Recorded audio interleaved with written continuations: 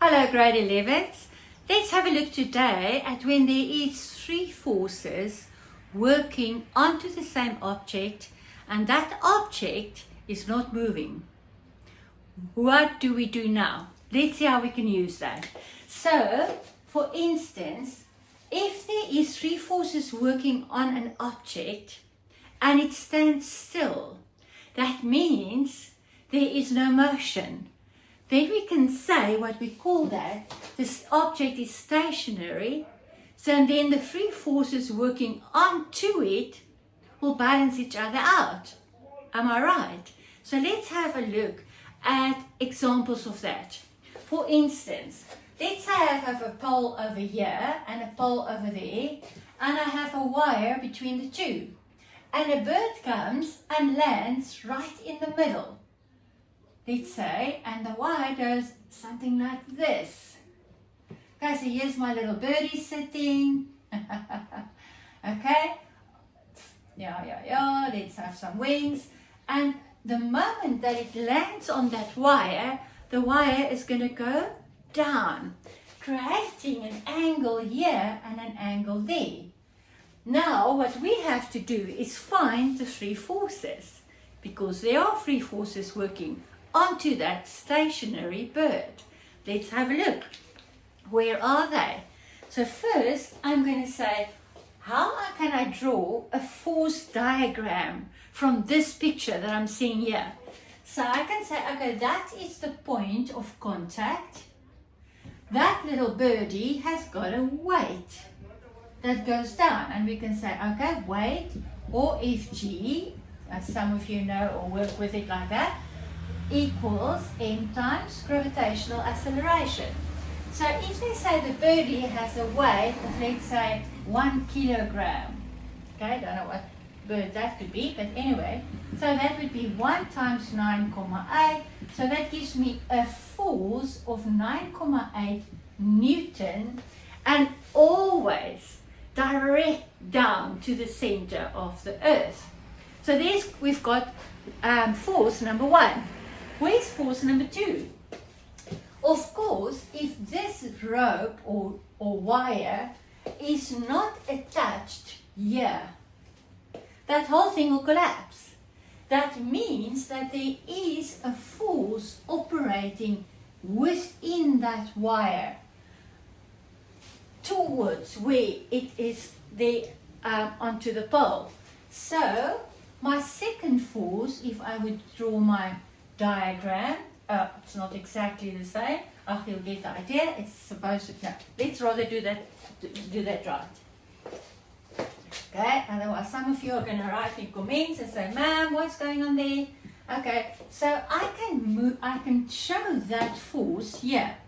Now the moment we're operating with either ropes or wires or anything like that, we are going to call that not force, but tension. So we're going to say, so tension is a force. So we're going to now use a capital T to say there's tension there that is pulling up because of the weight of the bird landing right in the center. So let's call that tension 1. All right? And now if I look at the third one, where's the third force operating? Yes, towards this pole, up holding the bird like here. Because if I would always tell myself, if that wire will break, if there's no tension there, it's gone, that whole thing is going to fall. All right, so there is my third one. So if I look at my force diagram, then I'm going to call this tension 2. Now you have to have some angles here. They have to give you more. So let's say they would tell you that, let's say that rope is making an angle there of 30 degrees, and let's say this rope is making an angle also of 30 degrees. So, well, let's say then the bird landed right exactly in the middle. Doesn't matter. So now I know that is a 30 degrees angle, and this one is a 30 degree angle. Now if I look at this now, I can say that these three forces are what? In equilibrium. What does it mean? It means that there's no force that is winning. There's no net force, which would have meant that the whole thing would have moved in the direction of that applied net force. But there is no net force. So we're going to say when something is in equilibrium, immediately we're going to say F net, the net force, equals 0 Newton. And they kind of like always ask the kids that. So in question papers, you'll have it very often for a 1 mark or a 2 mark. What does it mean if these three forces are stationary, or if a bird is stationary and we say that it's in equilibrium? What does it mean? Then they want you to write F net equals 0 Newton. If you don't have the Newton, you don't get your mark. So be careful. All right. So let's have a look. So now what we know is if I would use, you remember the tail by head method. If we would use that method and we would say, okay, let's use that and we're going to redraw it. So let's move on to this side. So I'm going to say, okay, I'm going to pick up that weight and put it here. So let's say, okay, that's the first one and that's W, small w for weight. I can then add the second one. Well, it could be either of the two. I just always go around this way. I don't know why, probably because I'm right-handed. But you can also use this one first. But I'm going to pick up that one and I'm going to move it to the tail of the previous one. So I'm going to add it there. But remember, for it to be the same vector, it has to have exactly the same magnitude and direction. So, oh my goodness, so now I need to know, what is that angle? What will that angle be here? Okay, so let's look at that. It's actually coming from there, is it not? So I'm going to draw on that little birdie of mine. Sorry, birdie. I'm going to cross you out like that because I need to find that angle. Why that one and not this one? Because can you see that this is a vertical line coming down, and that T1 is going to be added onto that vertical line. So it would help me if I can measure from there to there what the angle is. But they didn't give me that angle, ma'am. So what am I going to do now? All right, let's use our maths.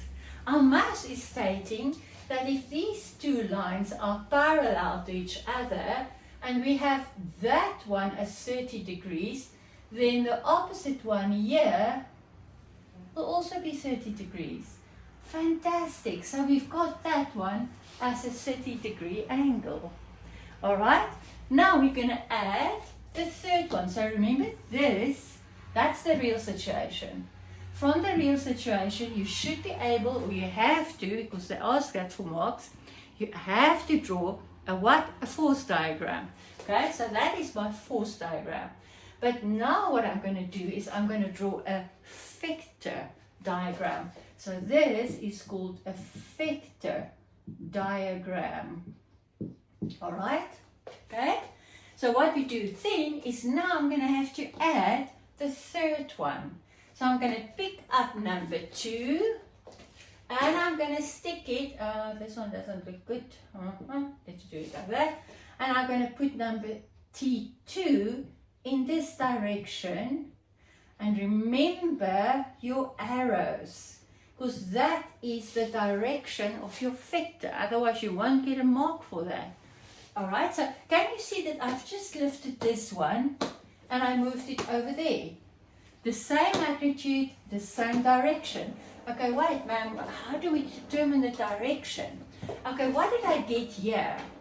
Go back to my original picture. I see, okay, if I again use this line vertical down and I use this line vertical down so they're parallel to each other, I can see that when that arrow meets the parallel line there, the angle between the arrow and the vertical line is what?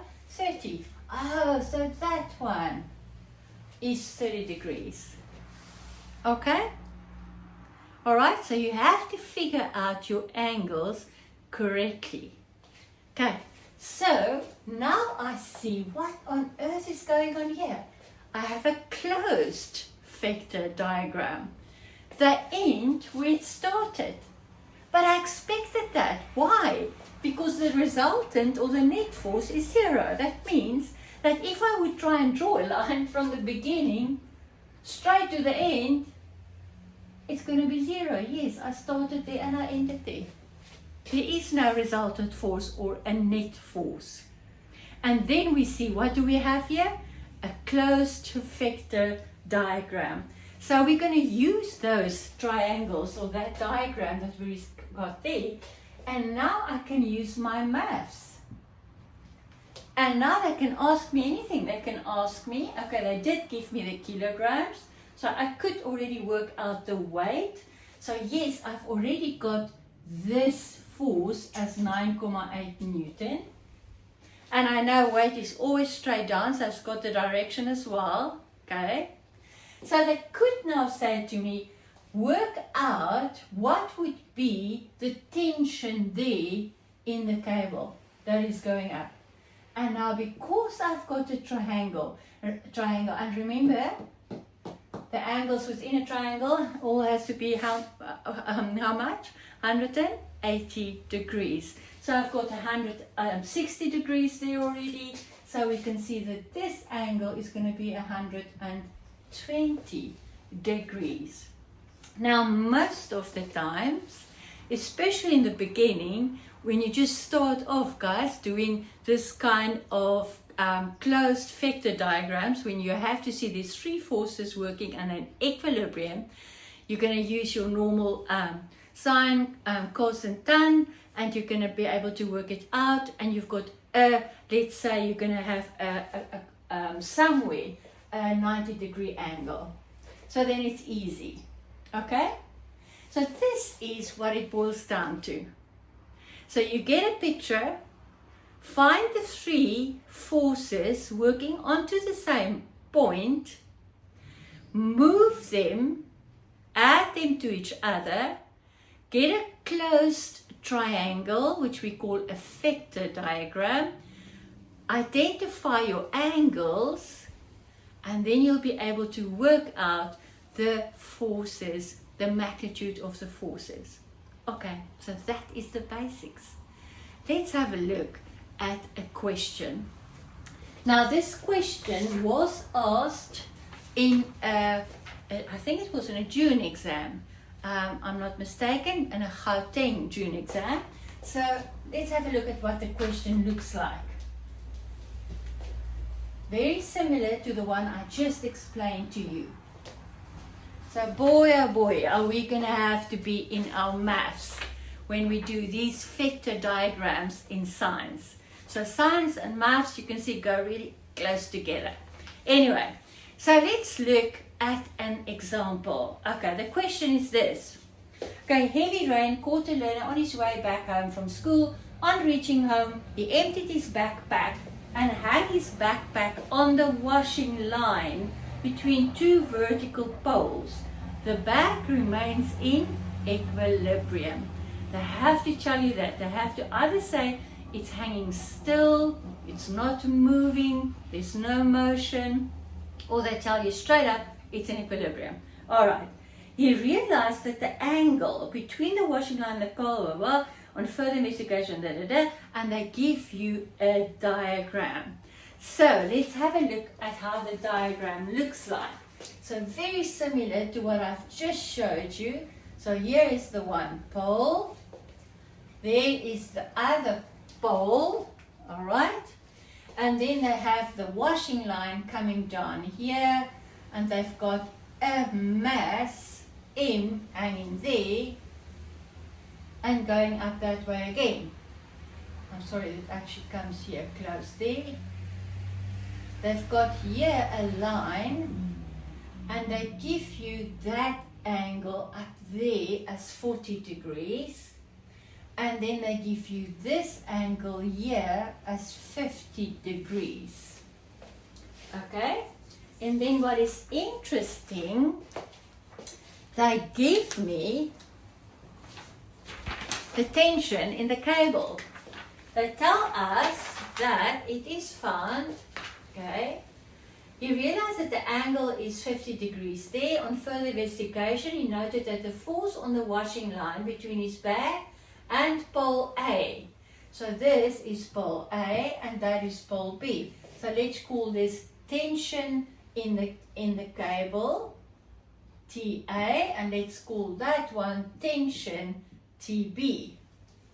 And the TA is given as equals 7,51 Newton. So they do give the value of the tension in the cable there. All right, and then they go on to say, draw a vector diagram. Okay, so really, you have to read very accurately. Did they ask me for a force diagram? No. So if I would have drawn a force diagram, 0 marks. They asked me for what? They asked me for a vector diagram. Okay, but before I can do a vector diagram, I have to see, okay, what is the free forces operating here? Yes, we have already, we know tension in the cable working up towards that pole, tension in the cable working up towards that pole. Wait, where's the third one? Where's the third one? Right, the weight. The weight of the bag going down straight to the center of Earth. So let's call that W or Fg, force, gravitational force, Fg. So there I've got the free. Now I need to draw a vector diagram. So with a vector diagram, I'm going to move them. Remember? First this one, always your weight first. There goes my weight, because the direction is easy, it's just straight down.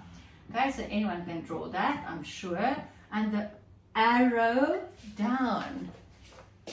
I looked at someone's vector diagram the other day when I marked some papers, and I was so amazed. The arrow went up, and I was like, how can it be? It's weight. Weight is always down to the center of the Earth. How can weight works upwards? No.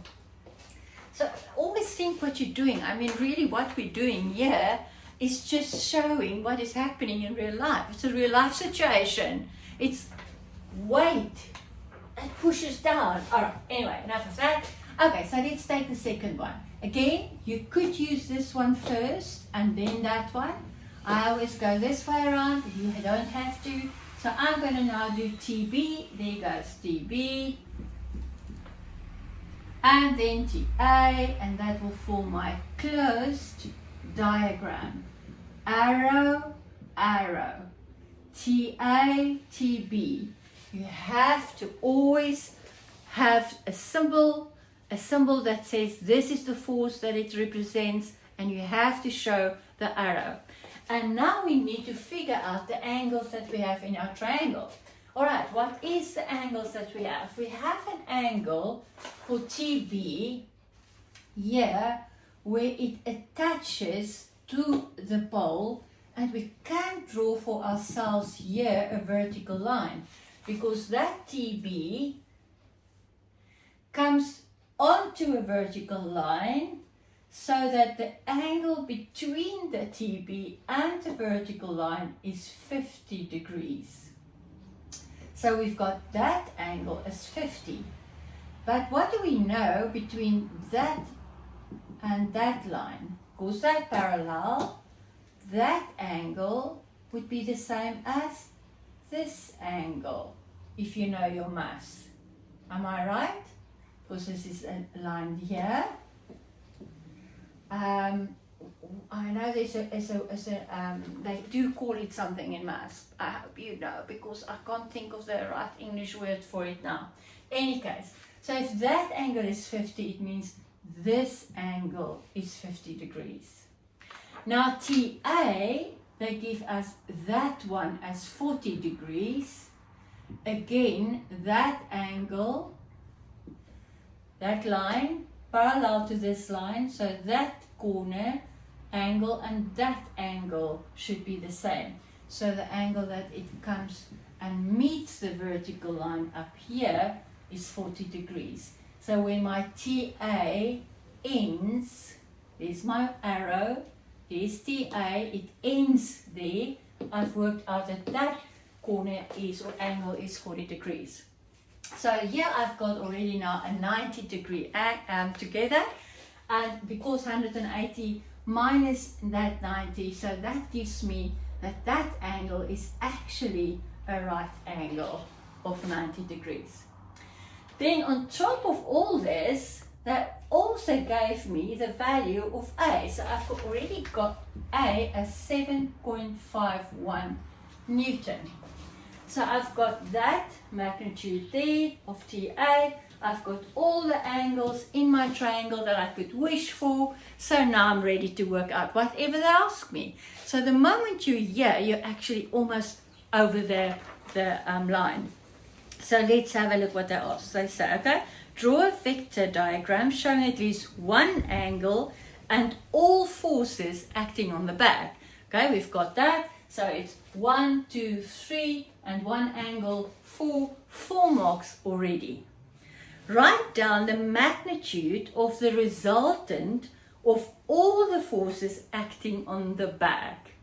Exactly what I told you, right? Here we go. So what do? You say because it's a closed vector diagram, the resultant, or you can also say F net, of all the forces working onto this bag equals 0 Newton. Okay. Question number, that was 2 marks. 2.3. Name and explain the principle you used to answer question 2.2. The name and explain the principle. What was the principle that we used? Because that we said all the net forces, because they are in equilibrium. So the principle that we use is when forces are in equilibrium, they're standing still, there's no motion. That means the forces are in equilibrium. All right, question 2.4. Calculate the mass of this wet bag. Remember, he came from school, he was in the rain. Okay, so it's a wet bag that he hanged on the line. Okay, calculate the mass of the wet bag if the force on the washing line between the bag and pole A, and that they gave us already, is 7.51. So, what do they want to know? 5 marks. 5 marks. Ah, easy peasy. Here we go. Why is it easy? Because we've got everything there. And we've got a right angle. So, what do they ask me? They ask me for the mass of the bag. Where do I get mass from? From weight. Because we know that Fg equals mg, or weight equals mass times gravitational force. So if we want to get to the mass, what we actually need to work out first is the weight. So now they ask me this one. Now let's have a look. I could now use TA because I've got there the magnitude. So let's start with this corner here, the angle. Because that angle is adjacent to 7.51. So I know what I'm going to use is I'm going to say, okay, cos 40 degrees equals my adjacent force, TA, over, and what is this one? Across from my 90 degrees. That is always, so I'm going to put that in as W or as FG. And that is the one I actually want to find out. So that I will have to then multiply it on this side. So it's W cos 40 degrees equals tension in the cable A. Or I can just say, okay, the weight equals the tension in the cable A divided by cos 40 degrees. I do have that, that's 7.51 divided by cos 40 degrees, and I do get the weight. Let's have a look.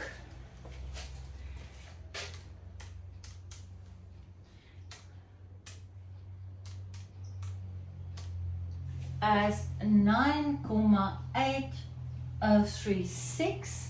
Remember, we always have to go with a decimal of minimum of 2. So 9036 will give me 90 Newton. But that is only the weight. What do I do now? Now I go back to that formula and I'm going to say, okay, so my Fg equals mg. So my mass equals my weight, 9,80 divided by 9,8. Where do I get that 9,8 from, ma'am? What is that again? Gravitational acceleration. And we always work with acceleration around Earth as 9,8. So the mass is exactly 1 kilogram. So the wet backpack weighs 1 kilogram. 5 marks for that. Okay, right? So you just use whatever you have, use your maths. I hope you have done all these things in maths already, so that you can just, that's why they say physics is applied maths, guys, really. Okay, then there's a last question. You know, there's always that 2 marks at the end of a question where they test your real, not knowledge, but you know, your understanding of things. Because that is always a bit, that's not in the books. That's where you have to be like street smart and think out of the box. Okay. When the bag is completely dry, the washing line becomes more contracted, horizontal. So it goes up because the bag is drying. How would the magnitude of FB change? Only write down. Increase, decrease, remains the same. What would you say?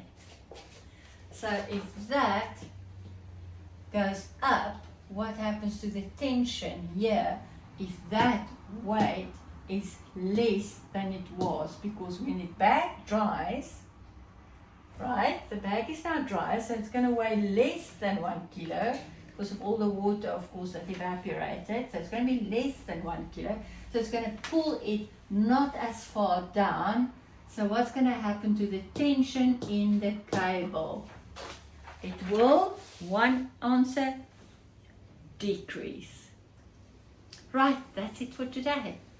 I'm going to do in another video maybe 1 or 2 other examples, because this is in grade 11 really the first question you're going to get on your end exams as question number 2. And like you saw, it's 15 marks. And you don't want to throw those 15 marks down the drain. So what do? You practice. Right. But you can do this. Believe in yourself.